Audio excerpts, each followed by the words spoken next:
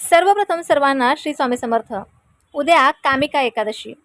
आपल्याला एकादशीचा व्रत हा वर्षानुवर्ष चालत आलेला हा एकादशीचा व्रत आपल्याला माहिती आहे. बऱ्याच महिला महिन्याच्या दोन्ही एकादशीचा व्रत करतात.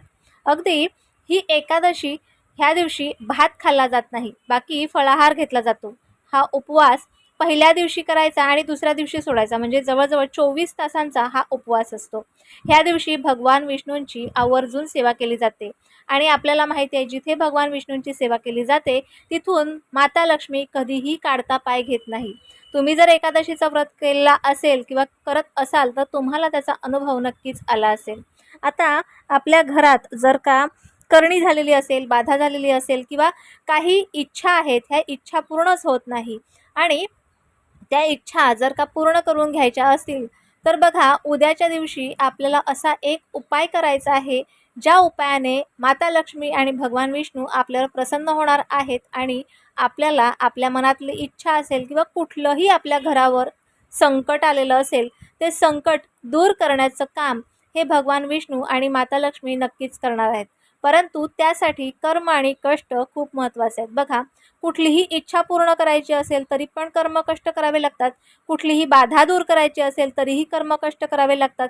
आणि मनातले कुठलं काहीही असेल, कुठलंही काम करण्यासाठी कर्म आणि कष्ट अगदी बरोबरच करावे लागतात. बघा, चांगले कर्म केले तर त्याचा चांगला फळ मिळतो, वाईट कर्म केले तर त्याचे वाईट फळ मिळते.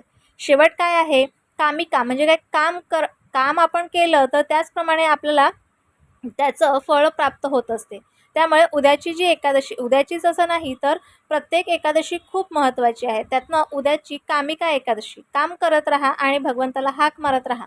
आता बघा, उद्या आपण काय करायचं आहे, आपल्या घरातली जर का करणी, बाधा, दृष्ट जे काही आहे, जे काही संकट आहे किंवा जी पण कुठली इच्छा आहे, ती इच्छापूर्तीसाठी, घरातला संकट दूर करण्यासाठी आपल्याला उद्या असा एक दालचिनीचा उपाय करायचा आहे. बघा, दालचिनी ही आपण घरात मसाल्यामध्ये आवर्जून वापरतो.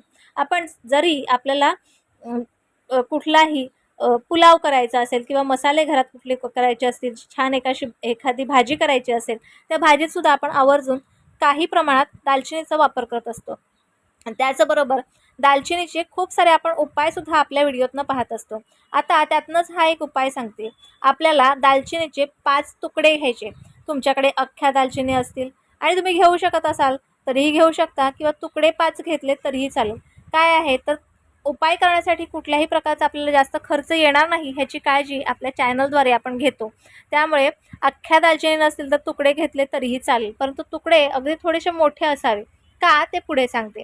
आपल्याला 5 दालचिनीचे तुकडे लागणार आहेत आणि एक पिवळ्या रंगाचा धागा, जो कच्चा धागा मिळतो तो घेतला तरीही चालेल आणि नसेलच तर जर जो लाल पिवळा धागा मिळतो तो घेतला तरीही चालेल, जो आपण पूजाविधीसाठी वापरतो.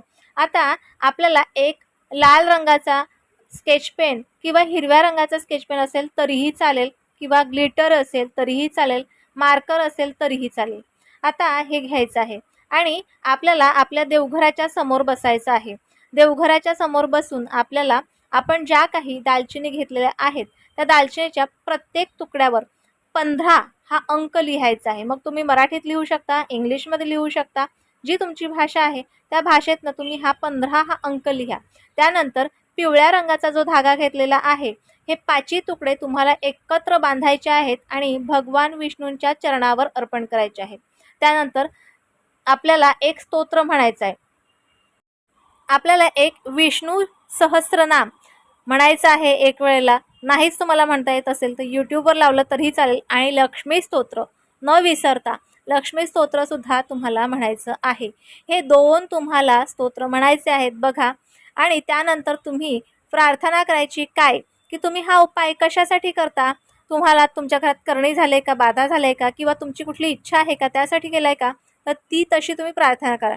त्यानंतर संध्याकाळी बघा 6 ते 9:30च्या वेळेला, संध्याकाळच्या रात्रीच्या वेळेला हा उपाय तुम्हाला सकाळी करायचा आहे, परंतु संध्याकाळच्या वेळेला 6 ते 9:30च्या वेळेला तुम्ही जो हा उपाय भगवंताच्या चरणावर, जे तुम्ही दालचिनीचे तुकडे बांधून ठेवलेले आहेत, ते 5 तुकडे एकत्र बांधलेले आहेत, ते घ्यायची जुडी.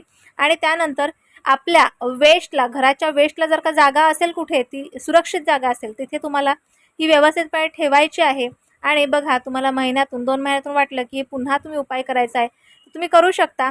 आणि जो तुम्हाला उपाय समजा पुन्हा नवीन करायचा असेल तर ती आधीची जी 5 दालचिनीची जी जुडी बांधलेली आहे ती एखाद्या झाडाखाली किंवा तुमच्या कुंडीत तुम्ही ठेवू शकता आणि पुन्हा नव्याने सेम असाच उपाय करू शकता. बघा, हा त्यासाठी कर्म आणि कष्ट करा, सर्व बाधा तुमच्या दूर होतील, करणी बाधा दूर होतील. तुम्ही भगवंताला सांगा करणी बाधा दूर होऊ द्या, किंवा तुमची इच्छा एखादी असेल तर ती इच्छेसाठी तुम्ही ही प्रार्थना करू शकता. आजचा छोटासा व्हिडिओ तुम्हाला कळला असेल. ज्यांना कोणाला हवा असेल त्यांना व्हॉट्सअपला जाऊन शेअर करा. तुम्हाला कसा वाटला मला नक्की कळवा आणि व्हिडिओ आवडल्यास लाईक, शेअर, सबस्क्राईब मात्र जरूर करा. पुन्हा भेटूया अशाच एका नवीन व्हिडिओसोबत, नवीन विषयासोबत. तोपर्यंत सर्वांना श्री स्वामी समर्थ.